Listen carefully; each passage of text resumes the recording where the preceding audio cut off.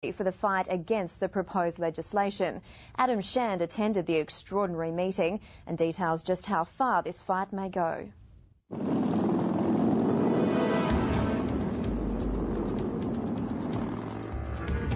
Australia's outlaws are joining forces. Hells Angels, Gypsy Jokers, Finks and Descendants, together for the first time. In their ranks there are convicted criminals and dangerous men. But these rebels say they now have a common cause. To get together for a common cause, to actually identify some reasons that we should actually be talking together rather than over conflict. It's never happened before. Tom Mackey is an elder statesman amongst Adelaide's bikies, a leader of the Descendants Motorcycle Club, and now a foundation member of the Free Australia Party. Could you ever imagine that you might have been part of a political party? No, absolutely not. No, it's a furthest thing from most of us. We're very apolitical normally. We just dare to be different, and we should be able to be different. The Free Australia Party already has 150 paid-up members, many of them outlaw bikies. They're fighting South Australia's new Serious and Organised Crime Act, which will prevent people with criminal records from associating. Get together like this 6 times in a year and you'll finish up in jail. I think most people, if they actually really identify that your friendships can be judged by another power, most people would probably think that's pretty ordinary. We should be able to have the friends we choose. 5 years ago, Premier Mike Rann vowed to drive all the bikies out of South Australia. He planned to bulldoze their clubhouses and seize all their assets. The Premier's plan was to isolate the bikies in society and eradicate them. Funnily enough, the opposite has happened. The campaign has served to unify Adelaide's bike clubs, and now a new political force is emerging.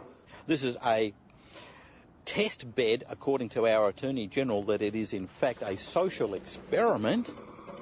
Paul Coon of the Motorcycle Riders Association is a scooter-riding, law-abiding justice of the peace. He's more mild than wild. He's backing the new party because he says the new law will target anyone with a criminal conviction, no matter how trivial. What is a conviction? Well, a conviction, Adam, is anything where you've been to court and challenged a speeding ticket and you fought that and you lost in court. That is a conviction. This allows this law to be targeting against anybody the government so chooses. Other states are considering South Australia's draconian approach, and the Australian Crime Commission wants powers to ban the bikies nationally. Last week, Queensland clubs rode on state parliament in protest. First off, I'd like to thank everyone for standing up for what you believe in and attending, because that in itself shows the strength of your characters, your clubs, your values, and all the things that we hold precious and dear to us. The Free Australia Party is drawing members from every club.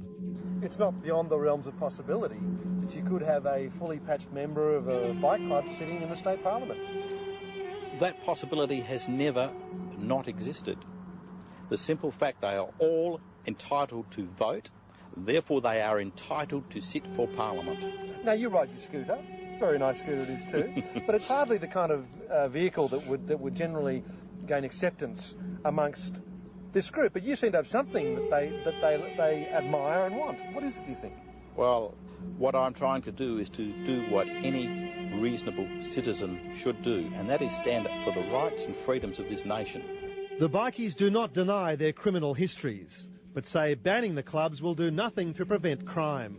They say governments are selling fear in return for power.